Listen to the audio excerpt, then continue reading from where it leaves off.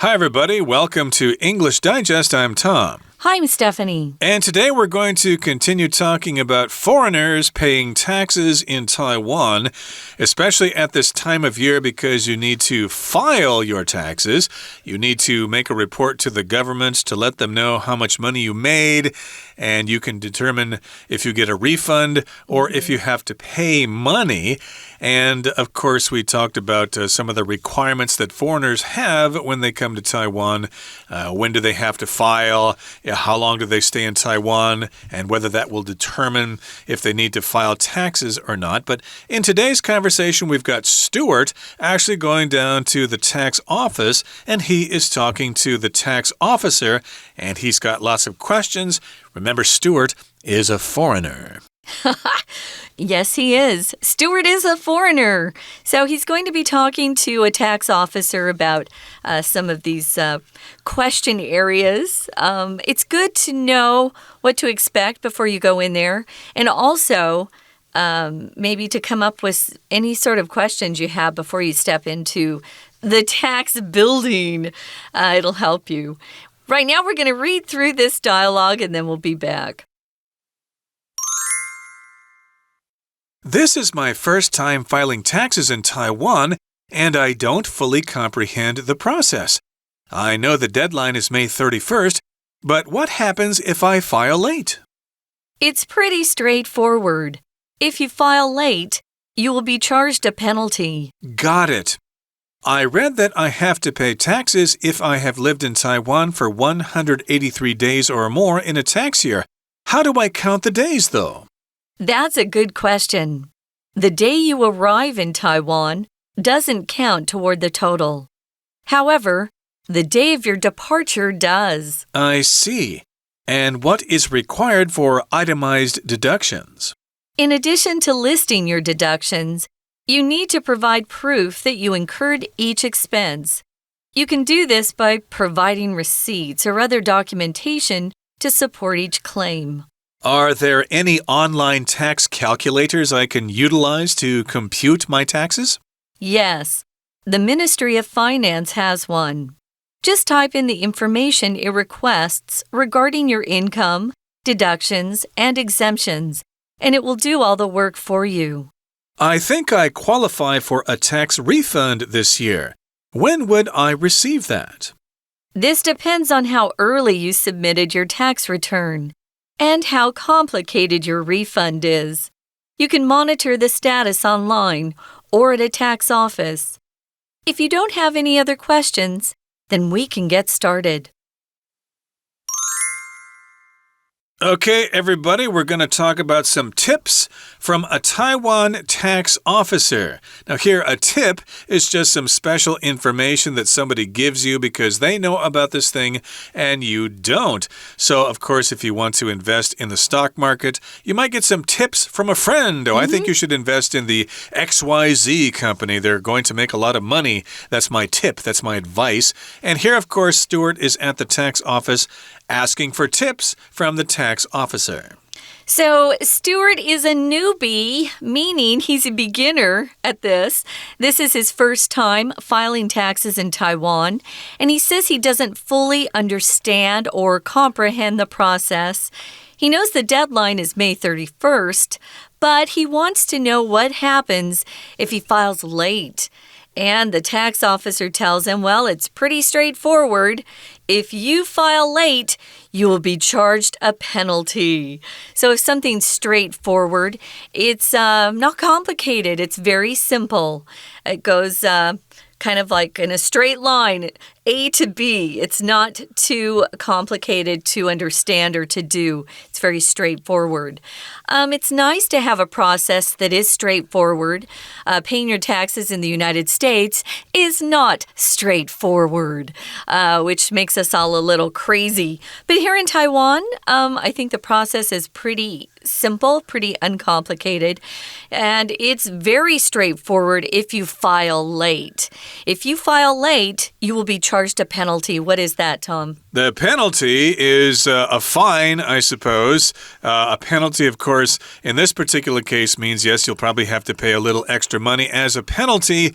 And a penalty, of course, is also some sort of punishment. Although punishment is like when your teacher beats you for cheating on an exam or something like that. Or you get you get grounded by your parents because you were out partying with your friends too late. That's a penalty, or a punishment, I should say. But a penalty usually refers to a sum of money that you have to pay because you didn't do what you were supposed to do. You kind of broke a law. Or maybe you finished your research paper late. We usually had penalties if we finished our papers late. It might have been the teacher would deduct 10% off of our score. So those are penalties. But as Tom said, it's usually something to do with a fine, some sort of money penalty. So Stuart says he's got it. So he understands what she's saying to him. He said, I read that I have to pay taxes if I lived in Taiwan for 183 days or more in a tax year. How do I count the days, though? And it's interesting how they count the days in Taiwan. But we don't even have to count the days anymore, guys. If you go to the foreigner tax office, if you live in Taipei, that is, on Zhonghua Road, they'll actually print out all of the money that you've made. It'll put at the top of the paper, it already has calculated how many days you were in Taiwan that year. So they know everything because now when you go out of the country, it's in a database. So they know when you arrived and when you left and how long you've been here exactly. So you don't really have to count the days. The government will tell you. Right, and also for your job, you used to get a form sent to you from your company that had all that information, and then you would have to submit that in your tax return. But nowadays, all that stuff is online. It's become very convenient, and you can probably do it within an hour. If you file your taxes at your local tax office, you can be in and out and ready to have lunch or dinner or whatever. Whereas in the U.S., you might be at the tax office for several weeks. I'm exaggerating there, of course, but you get the idea. It's pretty complicated in the U.S., but here it's pretty straightforward. You pay a penalty if you're late. And again, you have to pay taxes if you've lived in Taiwan for more than 183 days. Now, here's the tax officer's answer to that question. Well, that is a good question. Maybe the tax officer doesn't really know or hasn't really encountered this before. But still, the tax officer is informed and says the day you arrive in Taiwan doesn't count toward the total. However, the day of your departure does. That makes sense. Of course, when you arrive in Taiwan, you probably came in kind of late. You had to go through customs, and then you had to get yourself from the airport. You probably didn't have time to start your job, okay? But the last day of your departure, well, maybe you're still getting paid on that day, so they decided to count that day, the day that you actually leave, as a full day. That is right. So Stuart also wants to know what's required for itemized deductions. The tax officer says in addition to writing down your deductions, you need to provide proof that you incurred each expense. To incur something means usually we apply this verb to something that's unpleasant. So if you incur something, it happens to you because of something you have done. Maybe you've incurred a lot of debt because you've been in school so many years trying to get your PhD. That's an example. Here, if you incurred each expense, you must provide proof to the government. And in Taiwan, that proof will have to have some sort of seal or chop on that piece of paper, verifying that it's legit, it's real. And you can do this, the officer says, by providing receipts or other documentation to support each claim. Maybe you've got a lot of health deductions. Maybe you had an operation that year or broke your arm or something like that. You can deduct all your medical expenses from your taxes, which is good. But you have to provide proof. Now, some of the proof that we're talking about will automatically be in the computer system because this is Taiwan. And if you go to the doctor, everything you do in some clinic or hospital is tracked by the government. And so it will come out on that print, the handout that they'll print for you when you go to the tax office to file your taxes. Right, so a receipt, of course, is some kind of document that tells you that you paid the money and you have proof of that. You get receipts, of course, if you go to a convenience store. But nowadays, we can get electronic receipts as well. I was just going to say, you might have receipts from a pharmacy. Maybe you went and bought some extra medicine. That won't be included on your health card. So you would bring those receipts to show them that you spent extra money for some sort of medicine. Yep, that's an example of documentation, some kind of official document or a receipt.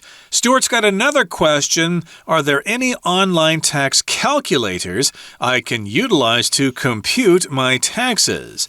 Now, a calculator is usually a kind of device that we use to do mathematics. You see calculators at restaurants or whatever, or at the cashier. Sometimes they need to tell you how much you need to pay, so they just enter it into the calculator and then they show it to you. I've also seen calculators here in Taiwan with a coin taped to them. I guess that's for good luck or something, but in any case, that's an actual device. But here we're talking about something that is online, that is something electronic. So yeah, is there a website where I can go and enter this information and figure out how much I need to pay? I need to compute my taxes. Yeah, to figure them out. So the tax officer says, yes, the Ministry of Finance has one, which is kind of cool. You just go to their website and you type in the information it requests regarding your income, deductions, and exemptions, and it will do all the work for you and give you a figure, tell you how much or about how much your taxes will be that year. Regarding here is one of our vocabulary words. Here it just means concerning or about some sort of topic. So it requests about your income or it requests concerning your income. You could use both of those words as a synonym for regarding. So Stuart says he thinks he qualifies or he will qualify for a tax refund this year. We all hope that. It's so fun to get money back instead of just paying money out. But he says, when would I receive that potential refund? He thinks he's going to get one at least. Right, here's the word refund, which is a noun, money you get back from something or for something.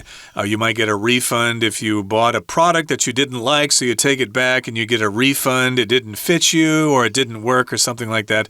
And the verb is to refund, so the pronunciation is slightly different, although I suspect that a lot of native speakers will pronounce both the noun and the verb the same way. Can I refund my money? Can you refund my money for me because the product I bought was defective?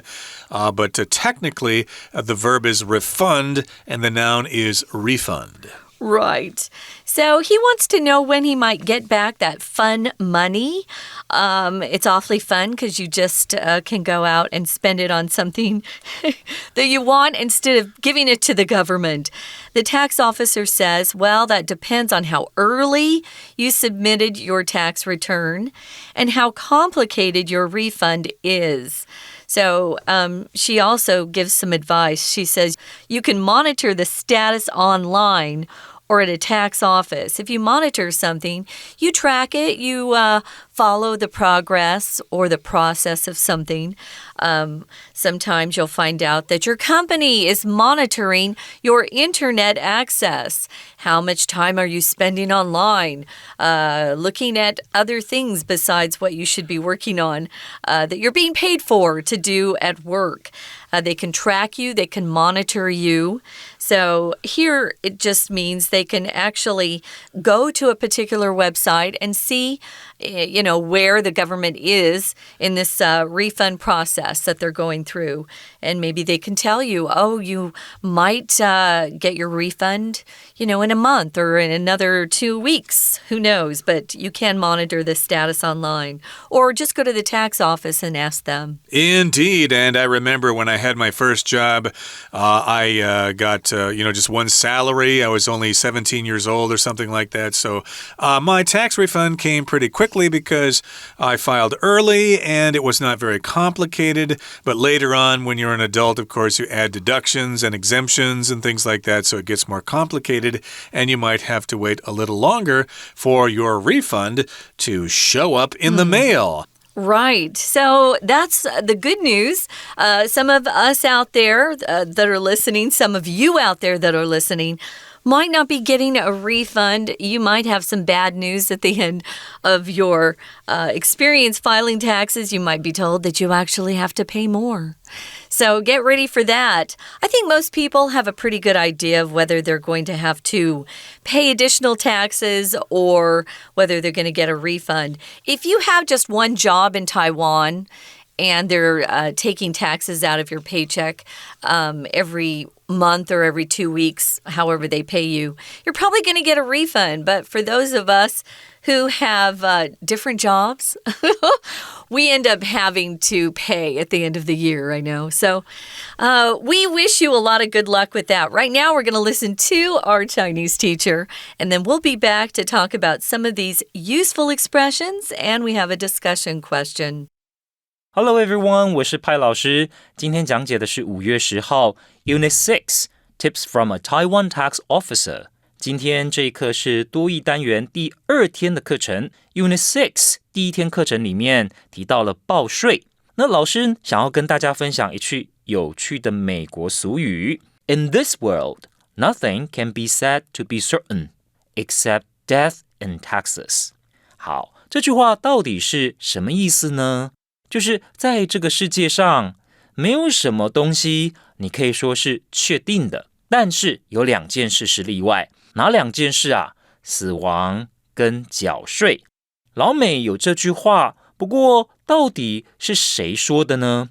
其实啊，这句话推广的人，我们知道，他就是美国的开国元老 Benjamin Franklin。好，在英文的俚语里面也常常会讲这个美金呢叫 Benji。OK， 为什么要叫做 Benji 呢？跟这个 Benjamin Franklin 是有关系的。我们都知道说，美钞上面呢，你可以看得到富兰克林，富兰克林他的图像。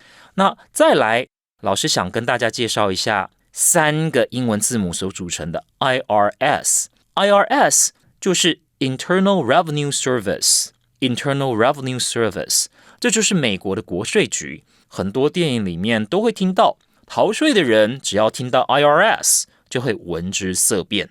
Without further ado， 我们一起看看今日课程内容的学习重点。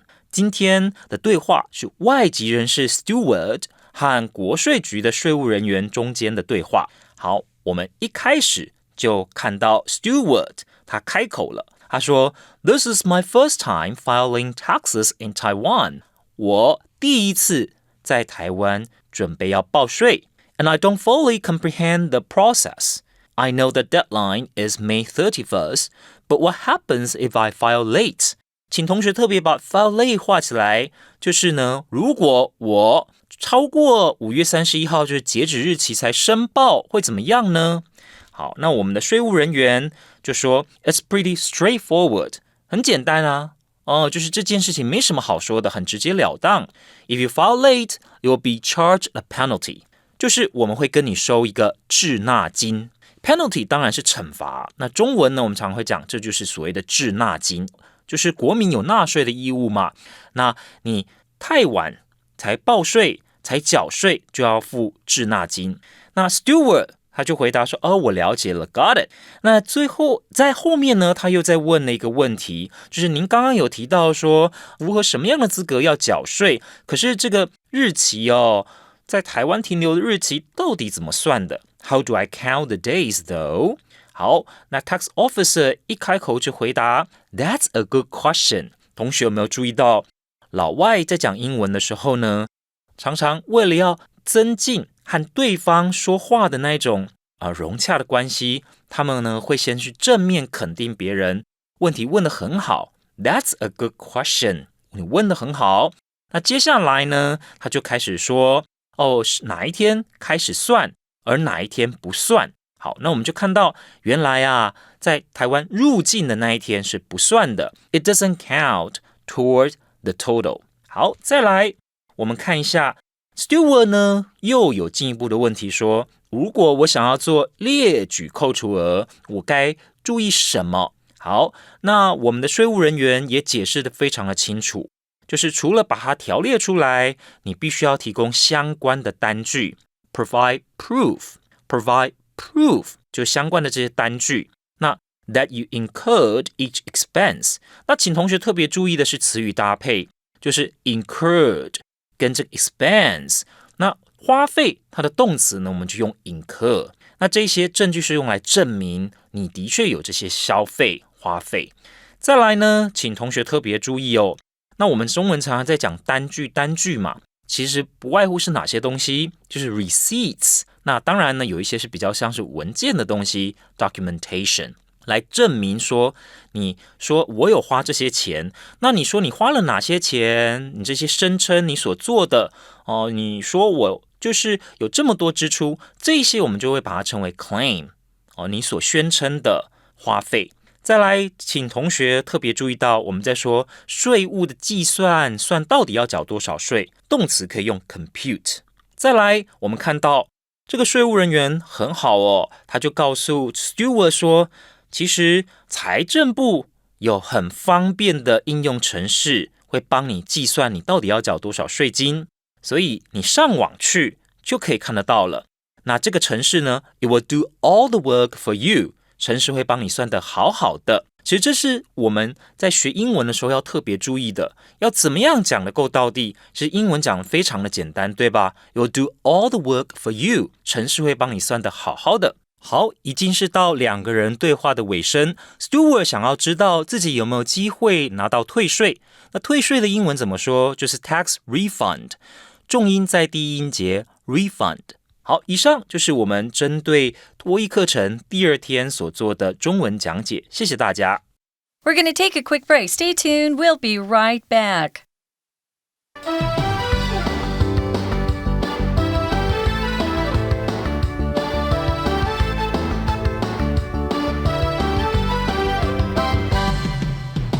Welcome back, everybody. Now we've got some useful expressions to talk to you about. And, of course, when you're asking somebody questions, you want to make sure that you understand. And when you explain things, sometimes you need to tell them in more detail what you mean because, they kind of look confused, like a dog looks like when you make a strange sound and they turn their heads sideways. What is that? I don't understand. Well, then you have to, I'll tell you in another way. I'll put it simply for you. So in this case, we are clarifying and restating an idea. Okay, so here the first one is, for example, the forecast is for rain tomorrow. That is, it's going to be wet outside. So we've got the weather forecast here. We've watched the weather newscaster online telling us what's going to happen. There's going to be a new cold front coming over from the mainland, etc., etc., and there's probably going to be rain. That's the forecast. But maybe you don't understand that. Rain tomorrow? What does that mean? Well, you could say, that is, it's going to be wet outside. So, yes, indeed, if you're going out, make sure you bring an umbrella or a rain suit if you're going to be riding your scooter. Yeah, I say it a little differently than Tom. I'll say that is, and I'll go down. But however you say it, it just means you're explaining a little bit more what your original sentence meant. So the forecast is for rain tomorrow. That is, it's going to be wet outside. We're used to that in Taiwan, aren't we? Especially in Taipei. Oh, yes. Number 2, I'm tired. In other words, I need to get some rest. You could change that. I'm tired. In other words, no, I'm not going to stay and work more hours for you, boss. I might quit instead. I'm tired. I'm tired, in other words. So there are different ways you can say the same thing. So, in other words, is another way just to phrase things a little differently. Maybe you're talking to somebody whose native language isn't English.